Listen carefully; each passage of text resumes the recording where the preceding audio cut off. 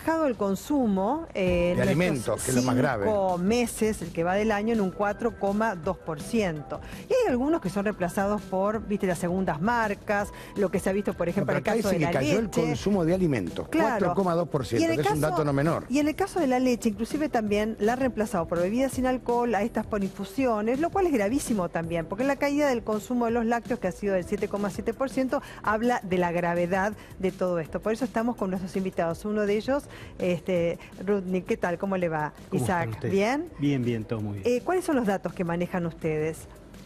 Bueno, corroborando esto, que además se suma a algunos otros datos que ya habían venido sucediendo el año pasado, como la baja del consumo de lácteos, en particular de la leche fluida, en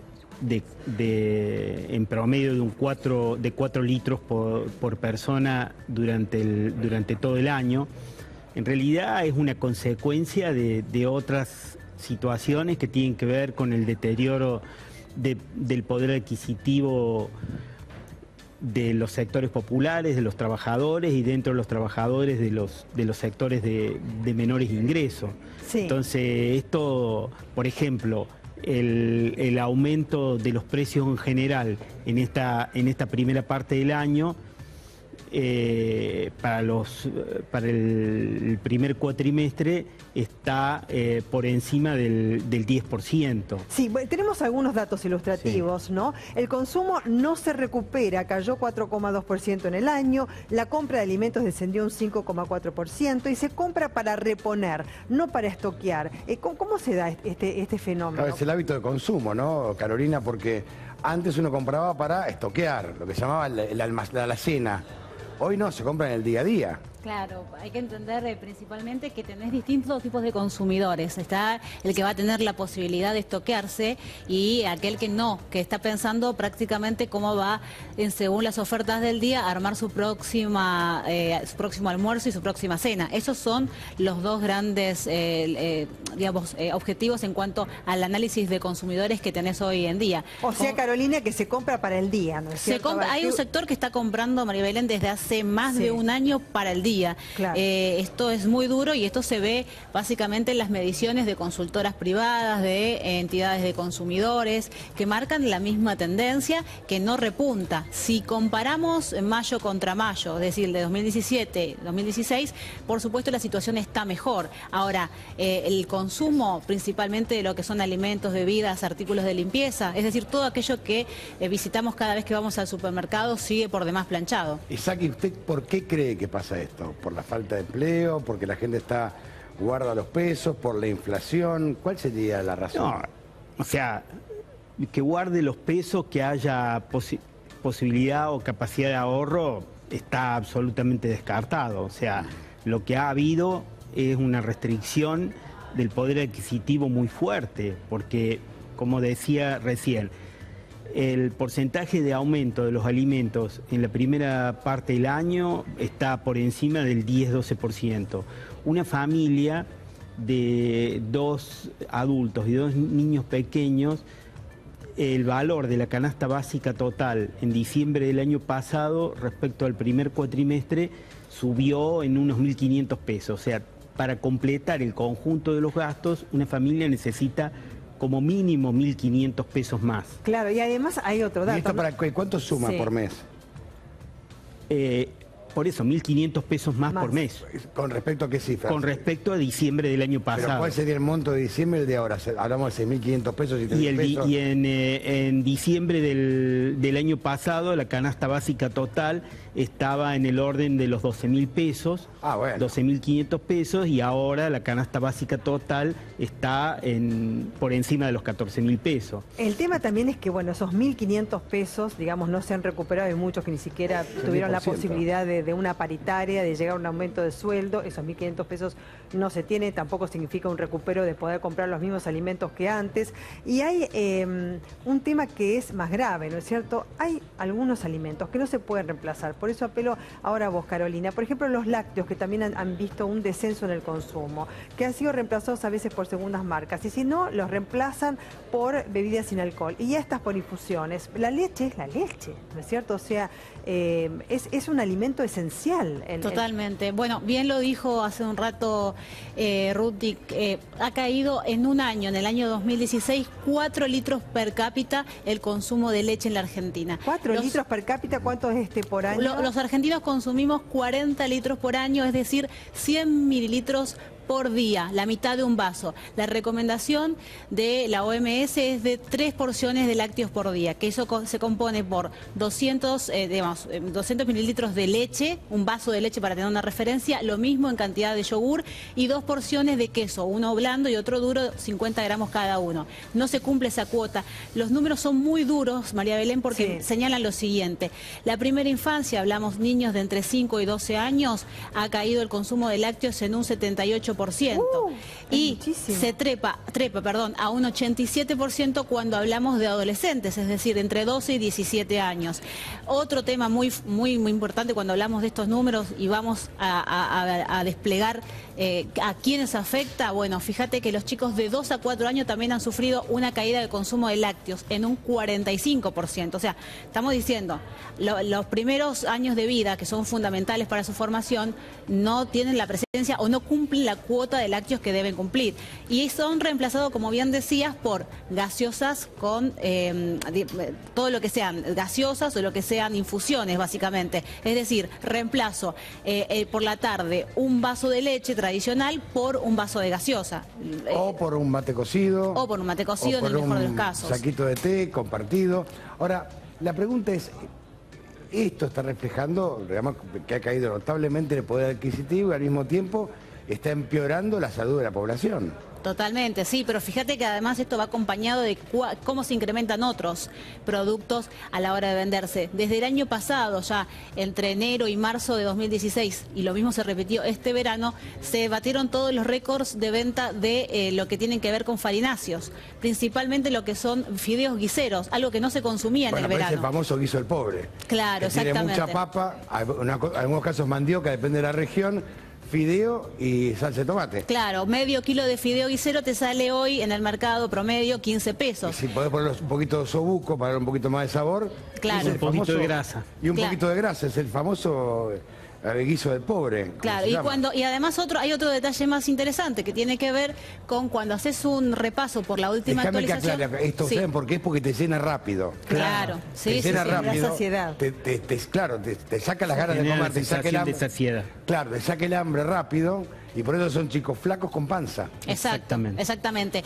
Y otro tema que tiene que ver con la cuestión de los lácteos, para hacer el análisis, hace un año atrás, cuando repasabas qué pasaba con los precios cuidados, que son precios de referencia, que es un beneficio al que llegan las grandes cadenas de supermercados con el gobierno, donde se establecen precios para que no sean los más económicos, pero sí que permitan los de los principales productos manejarse cuáles son los números, te encontrabas con que en lácteos estaban las primeras marcas. Hoy ya están segundas y terceras marcas. Un litro de leche de sachet hace un año estaba 13,95, hoy está 15,95, segunda marca de precios cuidados, 20, 21 hasta 22 pesos en lo que es primera marca. Lo que tiene que ver con larga vida ronda los 30 pesos y las fortificadas van de 26 a 30 pesos. Claro, para tener una referencia de por qué la gente consume menos. Es la que comprás vos como madre para tus chicos por lo general, ¿no es cierto? Ahora, Isaac, haciendo alusión a lo que Carolina mencionaba respecto de que ha bajado el consumo de 4 litros per cápita en nuestro país, claro, el tema es cómo hacen las familias, digamos, también, para, digamos, de alguna manera solucionar aquello que tratan de hacerlo a través de los comedores escolares. Quisiera saber qué pasa con los comedores escolares. ¿Tenés ese dato? No, nosotros hemos hecho relevamientos de qué es lo que exactamente se come en los comedores escolares. Primero, que hay una diferencia sustancial entre el presupuesto que se adjudica para la provincia de Buenos Aires por día por chico, que está en el orden de los 16 pesos. En la capital, en la Cava,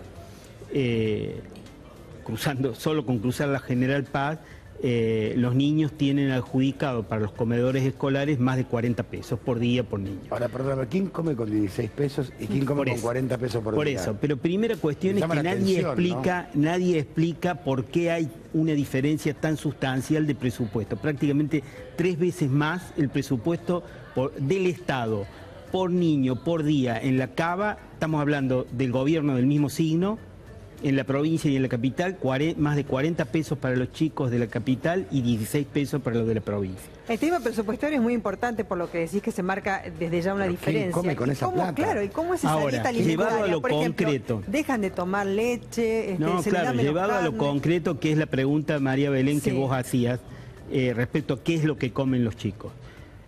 Primero, la carne, digamos, con proteínas puede ser un pollo para toda la escuela, para el guiso de toda la escuela. Un pollo solo. Un pollo.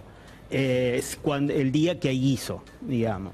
Después, los otros días en general son fideos sin carne, son porciones de pizza, son polenta también sin demasiado aditamentos. O sea, todo ese tipo de alimentos que tienen que ver con lo que planteaba Carolina, fundamentalmente derivados de las harinas.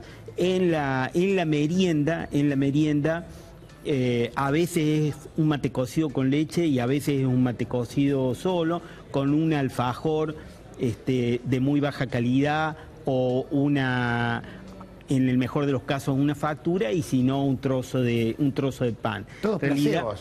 Todos placebos. Todos placebos, todos para nutrientes. Para pasar el momento. Que el chico pase el hambre, nada más. No, hay que tener en consideración algo. Muchos chicos se alimentan en los comedores escolares, porque por supuesto en su casa no tienen esa ración alimentaria, a veces es la única comida que tienen en el día. Pero Belén, hemos hablado con cuántos maestros de provincia os han dicho que los chicos el fin de semana tienen que llegar y darles primero algo de desayunar, porque quizás no comen durante todo el fin de semana. No, y hay otro tema también, ¿Es un mate cocido solo? El presupuesto asignado y también la racionalidad en cuanto a una dieta alimentaria que desde ya Carolina, Isaac, ¿no es cierto?, tiene que estar a la orden del día para que el chico esté bien alimentado. No es cuestión que se le da de comer y cualquier cosa, sino que es algo, tiene que ver con una responsabilidad, ¿no?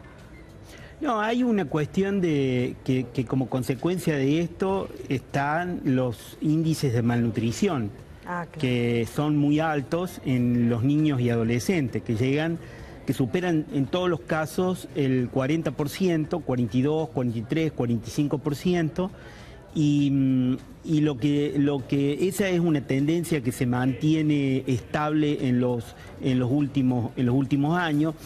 El gobierno siempre, cuando se trata en este tipo de problemas, alude a cuestiones estructurales, a la pobreza estructural, a una situación heredada que no se puede resolver de un día para el otro. Ahora, la situación de los comedores escolares de la provincia de Buenos Aires, donde comen 1,5 millones de niños por día, es una manifestación clara de que ese argumento del gobierno es falso, porque no se refleja en una política pública que efectivamente tenga la voluntad de resolver, porque ahí hay una estructura. Come 1,5 millones de chicos todos los días durante todo el año. Ahí no hay que generar ninguna otra estructura alternativa ni nada que se le parezca. Simplemente hay que mejorar la comida de esos niños y niñas que concurren y comen todos los días, y eso mejoraría las condiciones. ¿Sabes cuál es el problema? Que los funcionarios actuales deben entender que el Estado no es una empresa. El Estado tiene una función social que la empresa no lo tiene. Bueno, esto que decís, que mencionaste, que hablaba de qué pasa en los comedores, es lo que se vio el año pasado cuando llegaron las tarifas con aumentos, incrementos en lo que es luz, gas, y decían, bueno, para nosotros es muy importante resolver esta cuestión social, porque tenemos muchos asistentes que son en ya familias, ni siquiera niños, como bien señalaba recién Isaac. Ya no es la presencia tan solo de los niños, es muy difícil, pero ya está la presencia de padres que acompañan a sus hijos y muchas veces, bueno, no, ¿por qué van a comer al mediodía? ¿Por qué van a tomarse una merienda a un comedor social? Porque obviamente no tienen alternativa o en sus casas no tienen la posibilidad de hacerlo, ¿no? Claro, está el comedor escolar, está, como bien decís, Carolina, el comedor social, digamos, o sea, van los padres también, y van todos los miembros de la familia a tener alguna ración de comida que quizás sea la diaria. Les agradecemos muchísimo por haber estado con nosotros, lamentamos estos datos, por supuesto, caída de consumo de 4,2%. Gracias, muchísimas gracias. Pero también para analizar, ¿no? Que con 16 pesos, ¿quién come? No es y con imposible. 40 pesos, ¿quién come? No, y la responsabilidad en cuanto a la asignación de una dieta, porque no es que... la responsabilidad social que tiene el Estado para con los que menos tienen, porque el Estado tiene una responsabilidad social. Hay que entender que los Estados no son empresas. Los estados son estados, la política es la política, el empresario es el empresario, es otra cosa. Hay estados que no son redituables porque tenés que pagar salud pública, educación pública, comida, alimentos. Un estado pobre, lamentablemente, ¿no?